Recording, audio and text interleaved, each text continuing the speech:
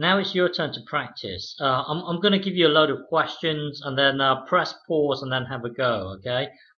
You're going to get something like this. Let's say you're given. Hang on. You're given x to the power of a. If you have x to the power of a times x to the power of b, then that becomes x to the power of a plus b. Okay. And if you have x to the power, well, if you have x to the power of a and then you power it to the b, then that becomes x to the power of a b. Okay, and be careful, everyone gets confused with these two.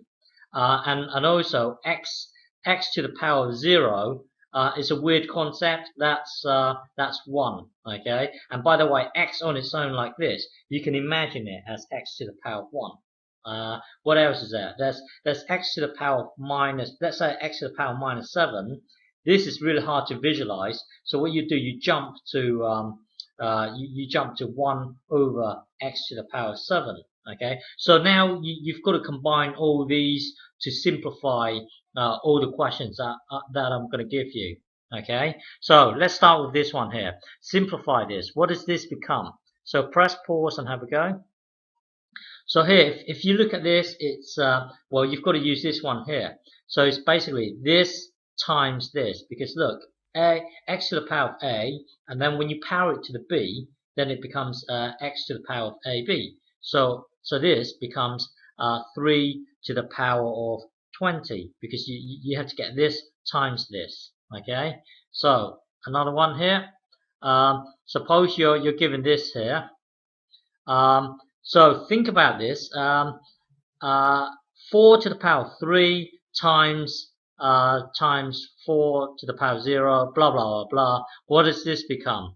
So be careful. There's this here. So well, it's up to you. So press pause and have a go. Okay. Well, this one here. This is just remember, x to the power of 0 is just 1, and it's one of those things that I ask you to just accept, really. Okay, so here, well, anything times 1 is going to be the same. Okay, so we can really forget about this, because you are in effect later going to times by 1. Well, anything times by 1 is going to be the same thing. So now it's just 4 to the power of 3 times 4 to the power of 5. So you are multiplying. So it's adding the indices. So this here becomes 4 to the power of 8. Remember, you've got to add, because x to the power of a, when you times x to the power of b, it becomes x to the power of a plus b. Okay, it's not x to the power of a and then to the power of b. Okay, this is different from this. Anyway, next question here. This one here. Okay, so simplify this. So press pause and have a go. Okay, let's merge these two together. So that becomes 6 to the power of 10, and then you've got divided by 6 squared. Now, when you divide, you remember x to the power of a over x to the power of b, that becomes x to the power of a minus b. So I've got to get this minus this. So it will be 6 to the power of 8. So this will be your answer. Okay. Next one here. So press pause and have a go on this one here. Yeah, I would rewrite this as I prefer it like this. Well, it's up to you how you do it. Well, anyway, press pause and have a go. Press pause and have a go. So, well, I prefer to rewrite it like this. Well, it's up to you how you do it. So now it's just a matter of getting this, take away this. Who cares if you enter the negative realm? So it's just x to the power 5 take away 8 is minus 3. Okay. Now this is quite ugly. Well, to just turn it. It's hard to visualize this. So jump to this straight away. So this here is your answer here. 1 over x to the power of 3. Okay. All right. This one here. Press pause and have a go. What does this become? Well, anything to the power of 0 is 1. So it's really saying this times 1, which is x to the power of 7. So this is your answer. Okay, next one here.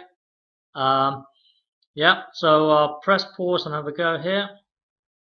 Okay, let's merge these two together. So that becomes y to the power of 9. And then let's merge these two together. So it's y to the power of 14. And who cares if you enter the negative realm? So now it's this take away this.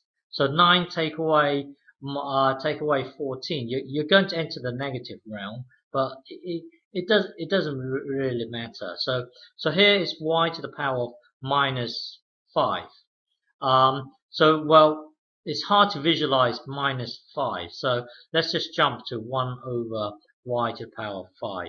So this would be your answer. Okay. This one here. Press pause and have a go.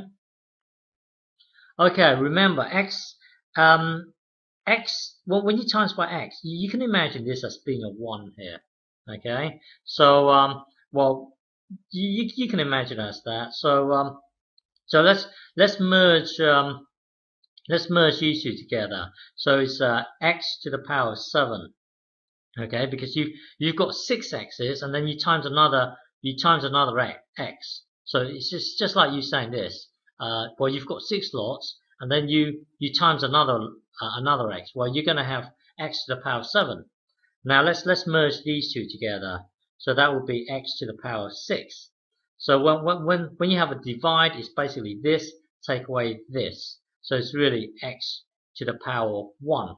But we don't bother writing the 1, it's just x. Okay?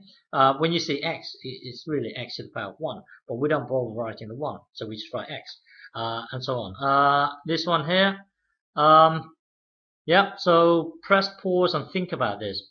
Well, don't just think about it, do it. Okay, so I'll press pause and do it. Alright, so here let's merge these two together. So that would be x to the power of 8. Okay, and then you've got to power it to the 2. And then now it's a power within a power, so you have to times. So that becomes x to the power of 16. So this would be your final answer. Okay.